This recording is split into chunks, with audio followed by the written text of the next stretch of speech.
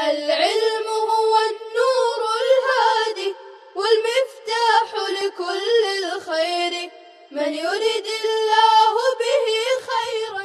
بسم اللہ الرحمن الرحیم. الحمد للہ وکفا وسلام علی عباده الذین اصطفى. اما بعد فاعوذ باللہ من الشیطان الرجیم. بسم اللہ الرحمن الرحیم. وَإِذْ قَالَ مُوسَى لِقَوْمِهِ يَا قَوْمِ اذْكُرُوا نِعْمَةَ اللَّهِ عَلَيْكُمْ إِذْ جَعَلَ فِيكُمْ أَنْبِيَاءَ وَجَعَلَكُمْ مُلُوكًا وَآتَاكُمْ مَا لَمْ يُؤْتِ أَحَدًا مِنَ الْعَالَمِينَ. صدق اللہ العلی العظیم.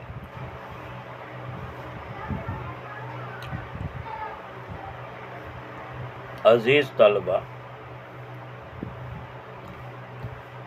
آیت میں جو وَإِذْ قَالَ مُوسَیٰ ہے، یہ اس ظرفیہ ہے. ظاہر ظرف معمول ہوگا، اس کے لیے کوئی عامل چاہیے.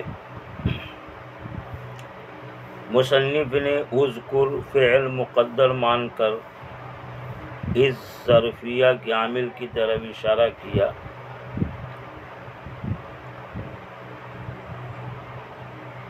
مطلب ہوگا اور یاد کیجئے جبکہ موسیٰ نے اپنی قوم سے کہا تھا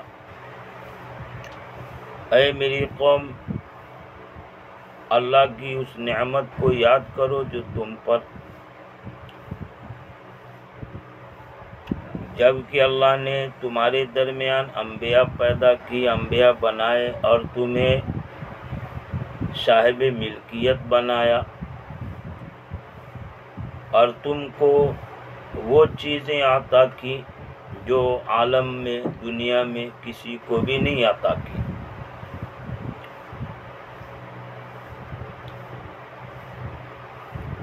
یہاں سے بہت آگے تک قوم یہود کا واقعہ آ رہا ہے.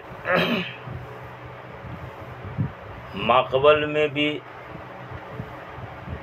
قوم یہود کے تعلق سے آیتیں آئی تھیں، ان کے ساتھ جو عہد و پیمان وغیرہ ہوا تھا اس کا بیان ہوا.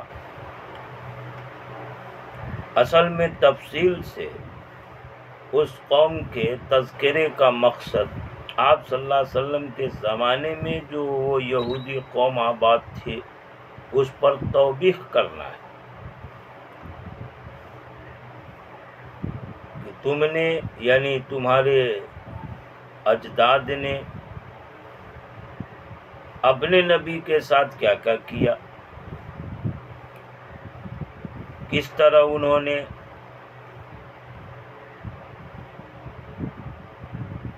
اپنے نبی کے ساتھ تکذیب کا معاملہ کیا، کس طرح سے عہد و پیمان کو توڑا. تو آپ صلی اللہ علیہ وسلم کے زمانے میں جو یہودی لوگ تھے ان کو توبیخ کرنا، عبرت دلانا مقصود، ساتھ ساتھ آپ صلی اللہ علیہ وسلم کو تسلی دینا بھی مقصود ہے کہ وہ لوگ آپ پر ایمان نہیں لا رہے، آپ کے ساتھ غداری کا معاملہ کر رہے، آپ تسلی رکھیے، آپ غمزدہ نہ ہوئیے کہ وہ آپ کو جھٹلا رہے ہیں. انہوں نے اپنے نبی کو بھی جھٹلایا تھا.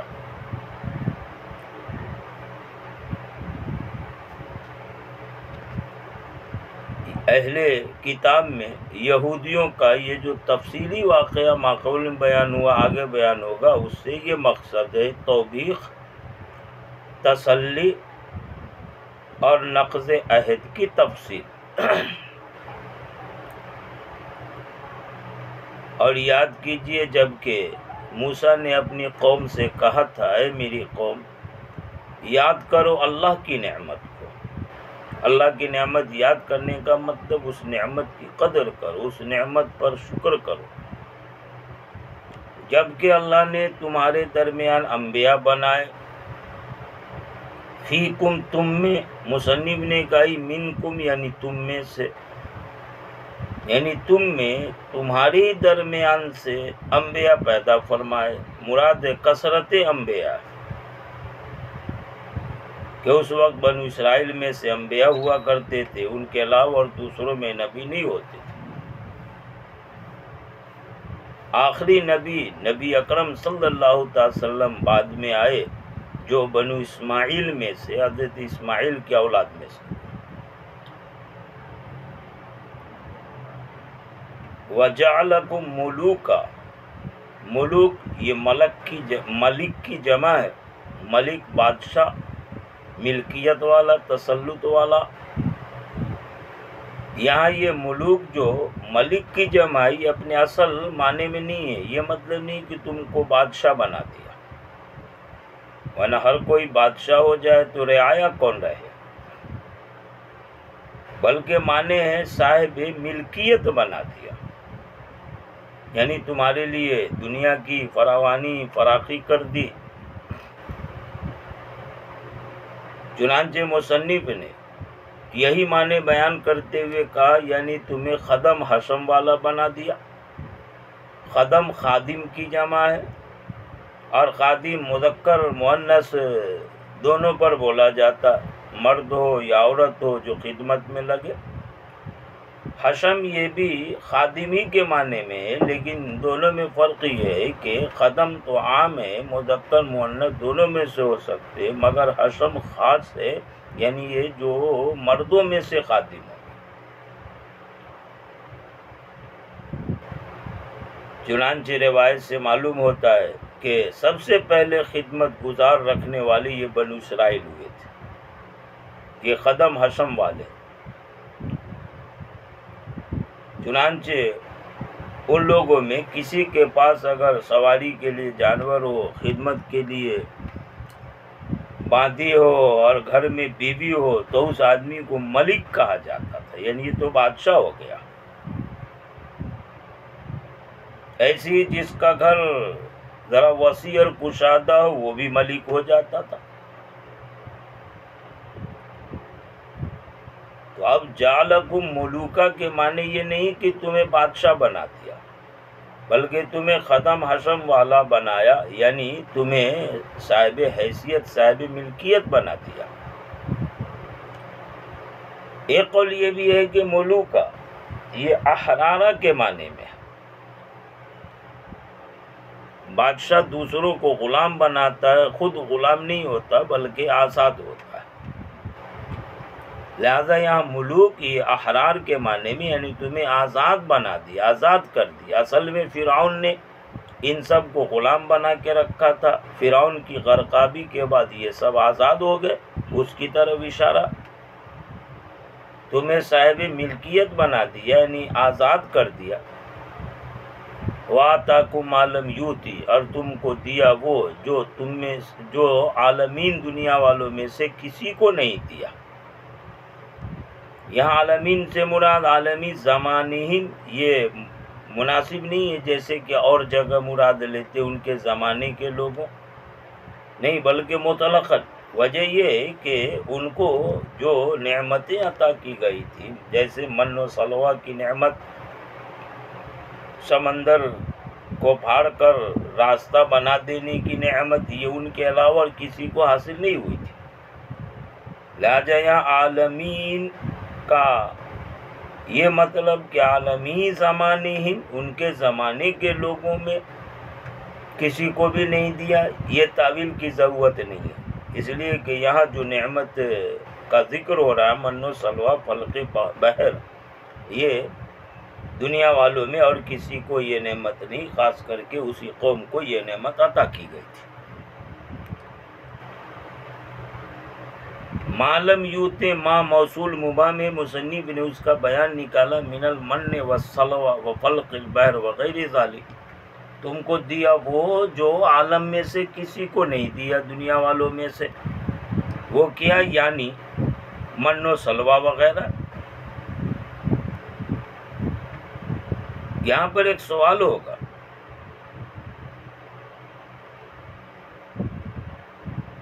کہ یہ جو نعمت دینے کا ذکر ہو رہا یہ اخذ میثاق کے موقع پر ہے،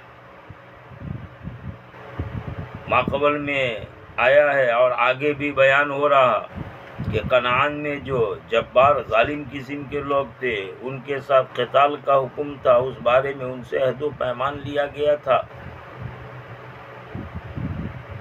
تو جس وقت ان ظالم قسم کے لوگوں سے قتال کرنے کے لیے عہد و پیمان لیا گیا تو اس وقت یہ بات کہی جا رہی۔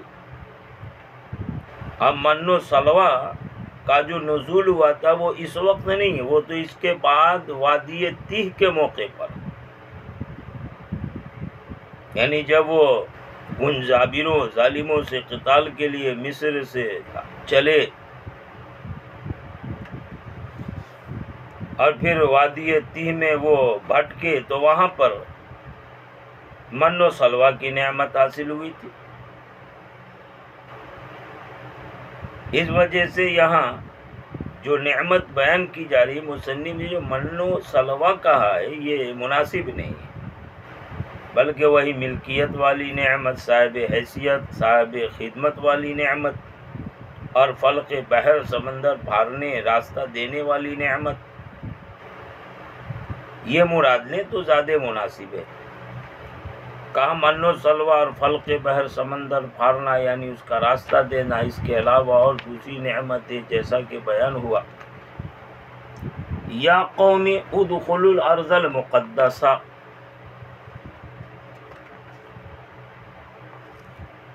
اے میری قوم ارض مقدس میں داخل ہو۔ حضرت موسیٰ علیہ السلام نے اپنی قوم بنو اسرائیل سے کہا تھا، اور یہ اللہ کا حکم تھا، اللہ کا پیغام تھا جو ان کو پہنچایا تھا کہ تم ارض مقدس میں داخل ہو۔ ارض مقدس سے مراد شام کی سرزمین ہے، اور شام کی سرزمین کو مقدس مطہر اس لیے کہا کہ وہاں بہت سارے انبیاء کرام رہائش پذیر ہوئے، تو ان انبیاء کہ وہاں آنے سے اس زمین کو شرف حاصل ہوا کہ وہ مقدس ہو گئی، وہ زمین پاک پوتر ہو گئی۔ معلوم یہ ہوا کہ مکین سے مکان کو شرف ہوتا ہے۔ انبیاء نے وہاں اقامت کی، وہاں رہائش پذیر ہوئے، اس جگہ کو شرف حاصل ہو گیا کہ وہ زمین مقدس مطہر ہو گئی۔ یہ الگ بات ہے کہ وہاں وہ جابر ظالم قسم کے لوگ بھی تھے جن سے قتال کا حکم ہوا، تو ان کی وجہ سے تو نحوست ہونی چاہیے تھی، وہ زمین مطہر نہیں غیر مطہر ہونی چاہیے۔ لیکن بہرحال خیر شر پہ غالب آتا ہے، نور ظلمت پر غالب آتا ہے، اس وجہ سے ان ظالموں پر انبیاء کرام کے غلبے کی وجہ سے طہارت کا اثر غالب ہوا، نہ کہ نحوست کا اثر، اس لیے اس کو ارض مقدس کہا۔ اے قوم داخل ہو مقدس سرزمین میں، التی کتب اللہ لکم، وہ جسے اللہ نے تمہارے لیے لکھ دیا۔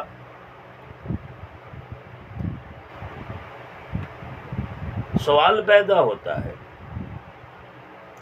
کہ یہاں کہہ رہے ہیں کہ اللہ نے اسے تمہارے لکھ دیا، تو اس کا تو مطلب ہوا کہ اب داخل ہونا قطعی اور یقینی ہو جائے گا، اس کے خلاف نہیں ہو سکے گا۔ حالانکہ نیچے آیت آ رہی فَإِنَّا مُحَرَّمَةٌ عَلَيْهِمْ 40 سنہ، کہ اس ارض مقدس زمین کو ان لوگوں کے اوپر 40 سال تک کے لیے حرام کر دیا گیا، یعنی 40 سال تک اس میں وہ داخل نہ ہوں گے۔ تو نیچے کہہ رہے ہیں کہ اس کو 40 سال تک کے لیے حرام کر دیا گیا، یہاں کہہ رہے ہیں کہ اللہ نے تمہارے لیے اس کو لکھ دیا، تو بظاہر دونوں آیتوں میں تعارض ہے۔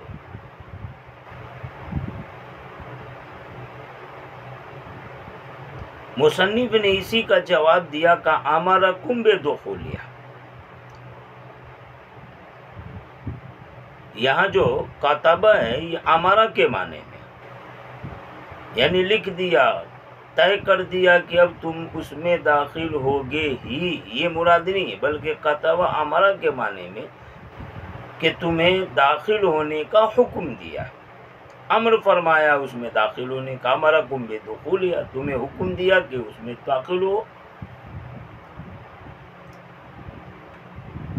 ایک دوسرا جواب یہ بھی دیا گیا ہے کہ کتب قدرہ کے معنی میں لکھ دیا، یعنی لوح محفوظ میں اللہ نے مقدر کر دیا، اور اللہ کی طرف سے یہ جو قضا ہے یہ قضا مبرم کے طور پر نہیں ہے، قضا معلق کے طور پر، یعنی لوح محفوظ میں اللہ نے تمہارے لیے مقدر کر دیا، اگر تمہاری طرف سے مخالفت نہ ہو، خلاف ورزی نہ ہو حکم کی، تو وہ زمین تمہارے لیے مقدر ہے، اللہ نے تمہارے اس میں داخل ہونے کو طے کر دیا۔ لیکن چونکہ ان کی طرف سے مخالفت ہوئی، یعنی حکم کی خلاف ورزی کی گئی، اس وجہ سے نیچے آیا کہ ان کے اوپر اس زمین کو 40 سال کے لیے حرام کر دیا گیا۔ لہذا یہ کتبہ قدرہ کے معنی میں، یہ قضا قدر کے معنی میں ہے، فیصلہ کر دینا قطعی طور پر کہ داخل ہوگے ہی، یہ مراد نہیں ہے، بلکہ طے کر دینا، اور وہ بھی معلق طریقے پر۔ یہ قضا معلق ہے کہ اگر حکم کی خلاف ورزی نہ ہو تو تمہارے لیے طے ہے، لیکن تم نے حکم کی خلاف ورزی کی، اس لیے اس زمین کو 40 سال تک کے لیے تمہارے واسطے حرام کر دیا گیا۔ تو کتبہ یا تو امرا کے معنی میں ہے، یا یہ کہ یہ کتبہ قدرہ کے معنی میں ہے۔ اس کے مختلف معنی بیان ہو سکتے ہیں۔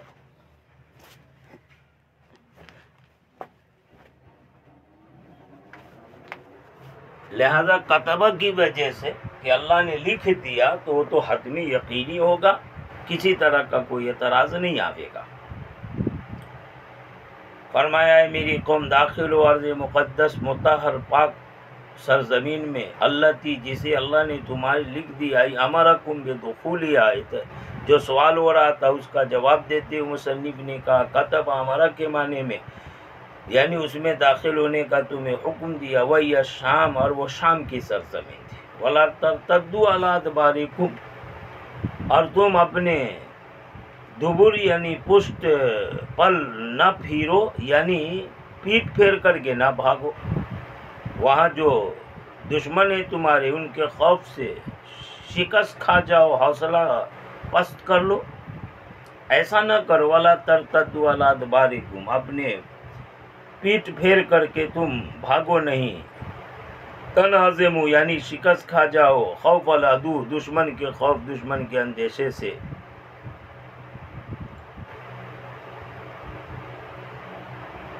فتنقلبوا خاسرین فی سعیکم، پس تم خسارہ اٹھانے والے ہو جاؤ گے، فی سعیکم اپنی سعی میں، یعنی یہ جو تم یہاں تک آئے ہو، دشمنوں کی خبر معلوم ہے کہ بڑے زبردست، بڑے طاقت والے، جیسا کہ آگے تفصیل سے واقع آ رہا ہے، اب ان کا روب تم پر آ جائے، تم دشمن سے خوف کھا کر پست حوصلہ ہو جاؤ، راہ فرار اختیار کر لو، تو تم اپنی اس کوشش میں ناکام ہو جاؤ گے، خسارہ اٹھانے والوں میں ہو جاؤ گے۔ قالوا یا موسیٰ ان فیہا قوما، اب یہاں سے وہ کس طرح عہد شکنی کیے اور کس طرح سے وہ دشمن کے مقابلے سے فرار اختیار فرمائے، تفصیل سے واقع آ رہا ہے جو انشاءاللہ تعالی کل ہوگا۔ وآخر دعوانا ان الحمدللہ رب العالمین۔ السلام عليكم، لا تنسوا الاعجاب بالفيديو والاشتراك في القناة تشجيعا لنا لنستمر بنشر المزيد إن شاء الله.